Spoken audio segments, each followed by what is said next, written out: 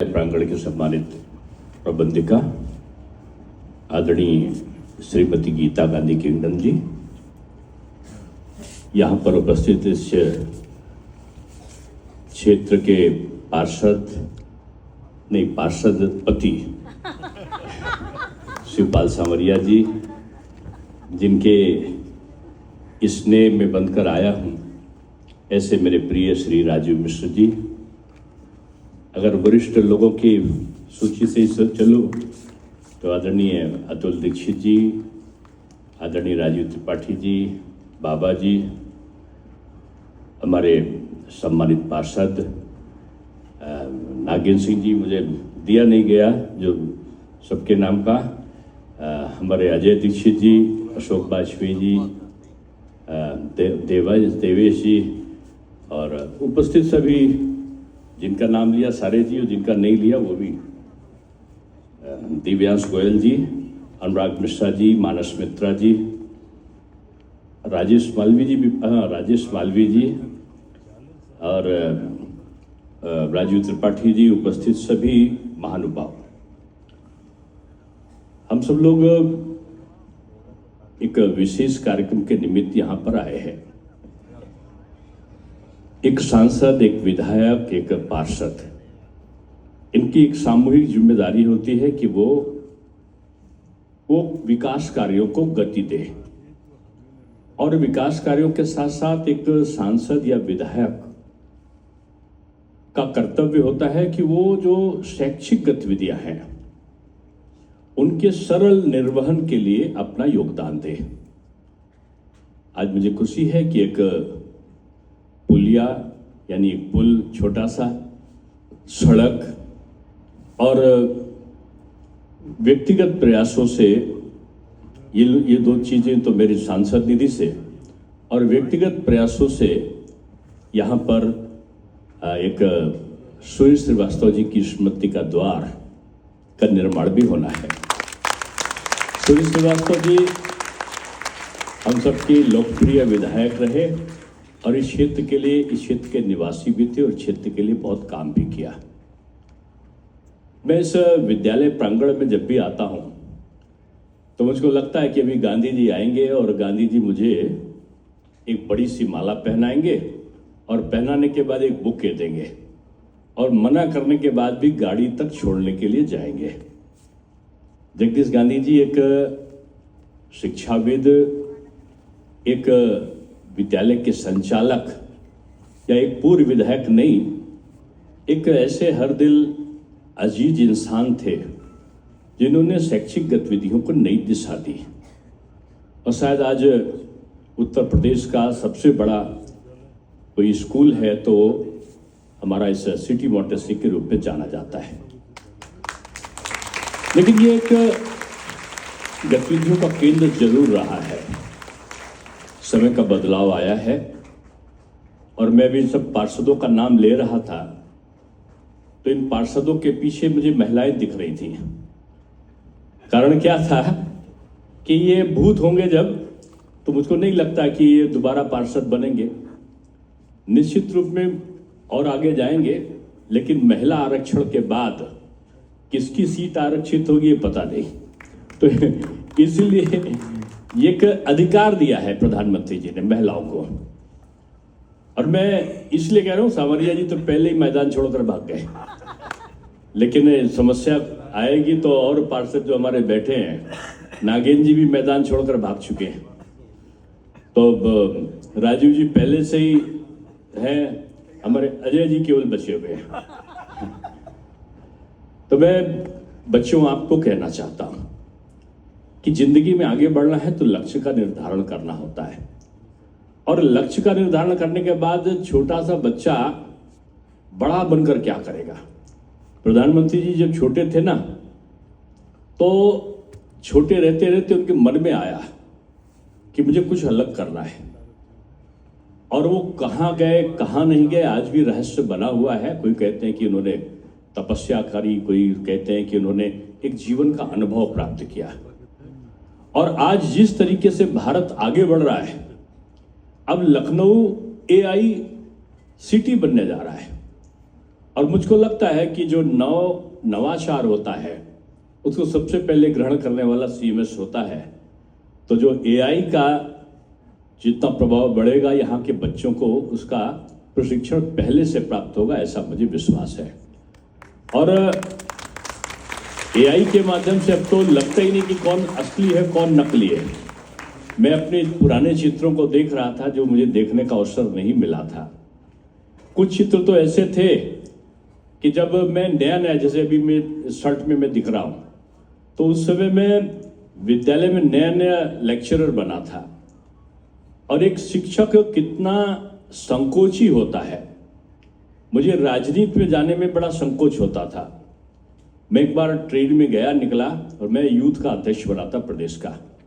जिंदगी में पहली बार मैंने कुर्ता पैजामा पहना था और मैं ट्रेन से जा रहा था।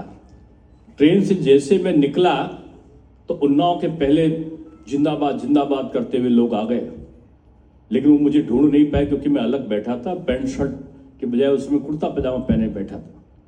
तब तक मेरे बगल में एक मेरा मित्र वो अचानक मुझे मिल गया और वो मिला, वो IRS हो गया था और एक दूसरा मित्र था वो IAS हो गया था। और जबकि वो मुझसे कम नंबर पाते थे। बोले दिनेश भाई देखो ये नेता कितने गड़बड़ होते हैं। मैंने कहा हाँ हुआ क्या?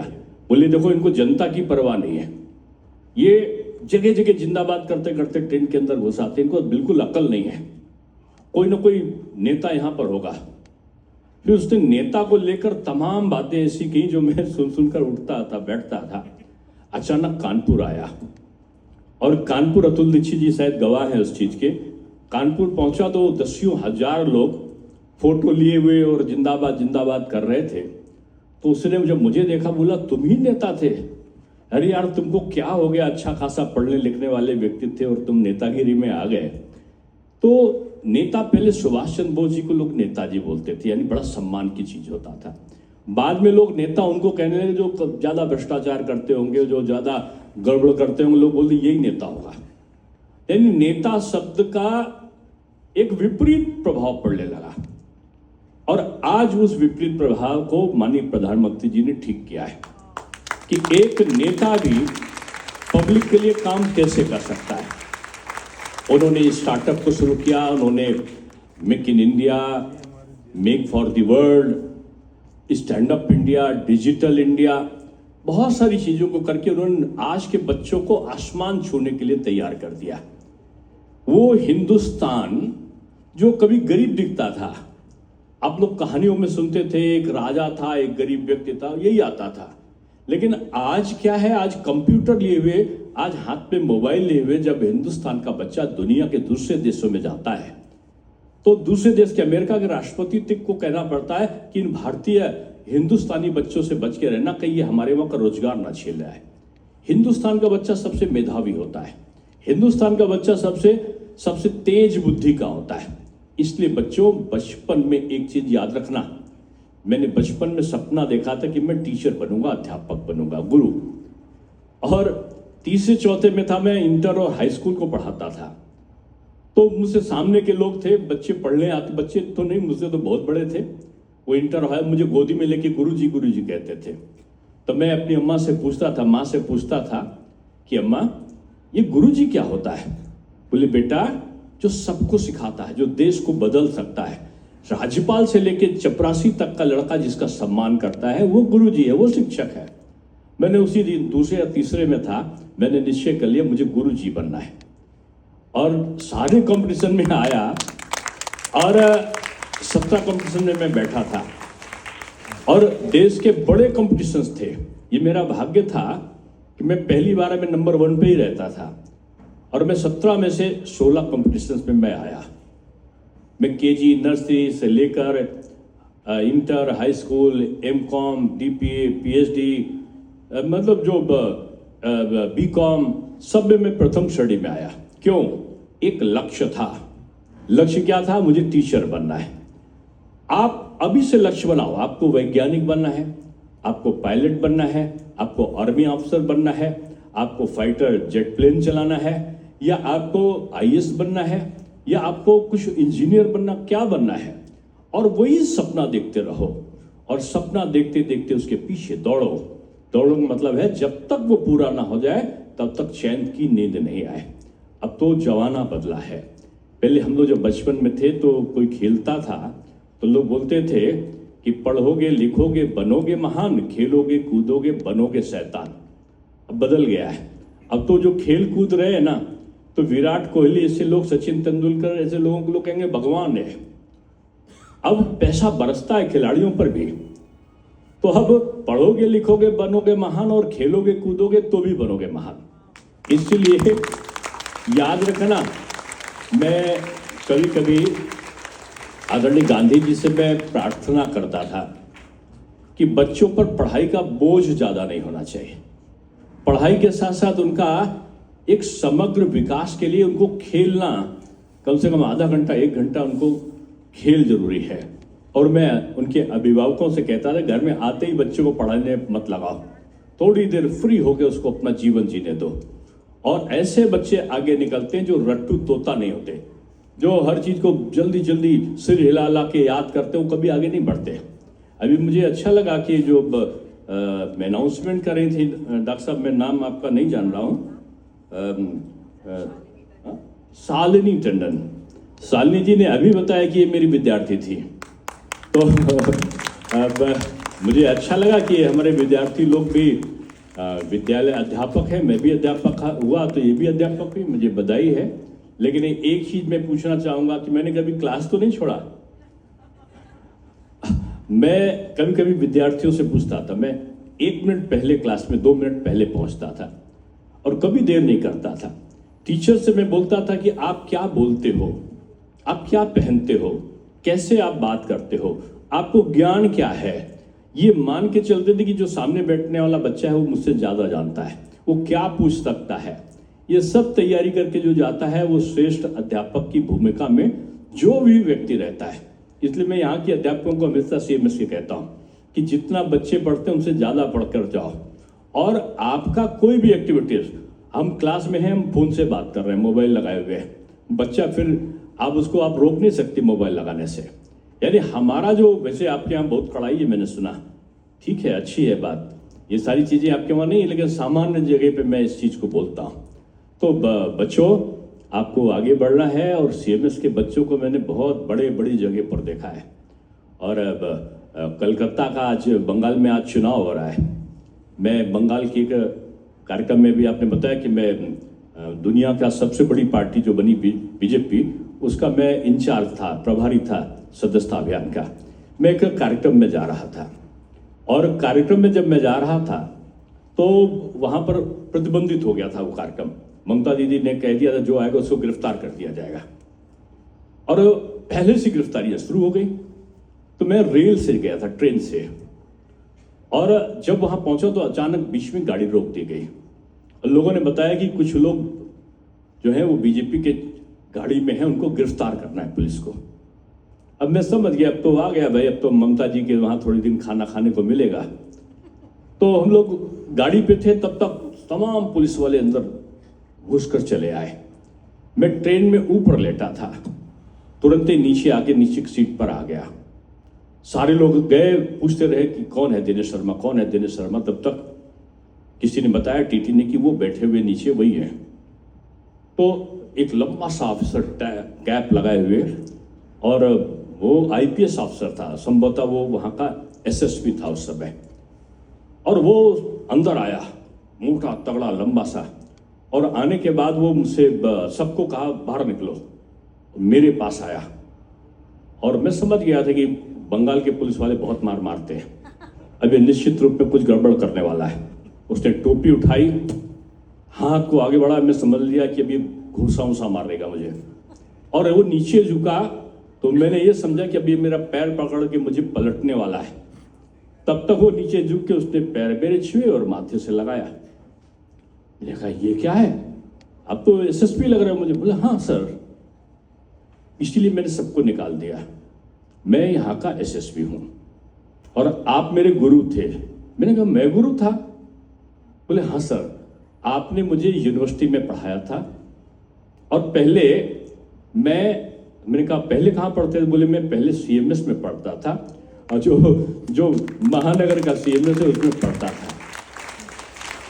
और वहां भी आप आते थे, बहुत सारा कार्यक्रमों में जय जगत बोलता था हम, और आप लोग आते थे। मैंने कहा फिर हुआ क्या था? बोले सर आपने मुझे क्लास से निकाल दिया था, 2 लोगों को। मैंने कहा 2 लोगों को? बोले हाँ, एक मैं आईपीएस हो गया और दूसरा यहीं पर पोस्टेड है, वो आईएएस हो गया। तो मैंने कहा तो वो क्लास से निकाला क्यों था मैंने? अब ये ट्रेन के अंदर बात हो रही चलते हुए, मैंने कहा तुमको निकाला क्यों था हमने? बोले सर उस समय नया नया वैलेंटाइन डे चला था। मैंने कहा हाँ मैं समझ गया।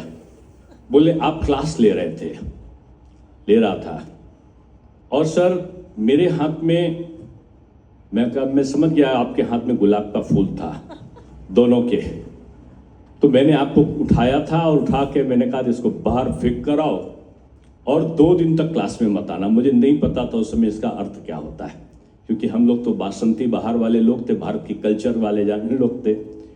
और उस व्यक्ति को ये बात लग गई गुस्से में कि इन्होंने सबके सामने मुझे निकाल दिया। दूसरे तीसरे दिन से वो आके बहुत अपनी इमेज को अच्छा करने के लिए खूब पढ़ाई उसने करी।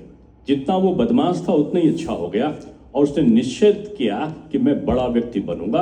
और दोनों बच्चे जो निकाले गए थे, एक आईएएस बना, एक आईपीएस बना। मैंने किस्सा क्यों सुनाया? मैंने किस्सा इसलिए सुनाया कि उसने मुझे बताया वो पढ़ने में तेज थे, तो मैंने कहा तुम्हारी डिवीजन इतनी अच्छी कैसे आई? तो वो महानगर की ब्रांच में सीएमएस में था, तो उसने कहा कि साहब वहाँ पर मुझे पहले से वो कोर्स पढ़ा दिया जाता था जिसको मुझे बाद में पढ़ना होता था। और गांधी जी हर चीज़ की मॉनिटरिंग स्वयं करते थे। तो आज मुझे वो किस्सा इसलिए याद आया कि समय के बदलाव के साथ साथ एक चीज़ हमेशा याद रखें कि बच्चे जो उमंग के साथ अपने भविष्य को तय करते हैं, जिनमें जुनून होता है वो सफल होते हैं, और जिनमें काम करने की क्षमता होती है वो कभी असफल नहीं हुआ करते। इसलिए आप सबको मेरी शुभकामनाएं हैं। और यहाँ के माननीय पार्षदों में मैं बताऊं गीता जी, राजाजीपुरम बड़ा समृद्ध है। यहाँ पर जो भी पार्षद आए उन्होंने अपनी एक छाप छोड़ी है। और दूसरे दलों से भाजपा अलग क्यों है वो शायद इनकी क्रिया विधि से लोग जान सकते हैं। चाहे वो सावरिया जी हों, राजीव जी हों, अजय दीक्षित जी हों, मालवीय जी भी अपने समय के बड़े मेहनती रहे। अतुल दीक्षित तो यहाँ की आदि मानव हैं। जब राजाजीपुरम शुरू हुआ था तो अतुल दीक्षित शुरू हुए थे और ये उस समय के पार्षद बने थे। और नागेंद्र जी ने अपनी मेहनत से अपने आप को खड़ा किया। बाबा जी और सभी जितने लोग हैं अपने अपने क्षेत्र में एक योग्यता प्राप्त किए हैं। मैं इस संदेश के साथ कि भारत का स्वरूप बदल रहा है। भारत निश्चित रूप में कुछ समय के बाद जब माननीय प्रधानमंत्री जी का सपना पूरा होगा कि जो आधी आबादी है वो आधी आबादी यानी महिला को 33% आरक्षण विधानसभा में, लोकसभा में, राज्यसभा में जब मिलेगा तो ये भारत अपनी आधी शक्ति का प्रयोग ठीक से कर पाएगा। शायद यही संदेश भारत के प्रधानमंत्री का रहा। आप सबको मेरी शुभकामनाएं आज के इस कार्यक्रम के लिए।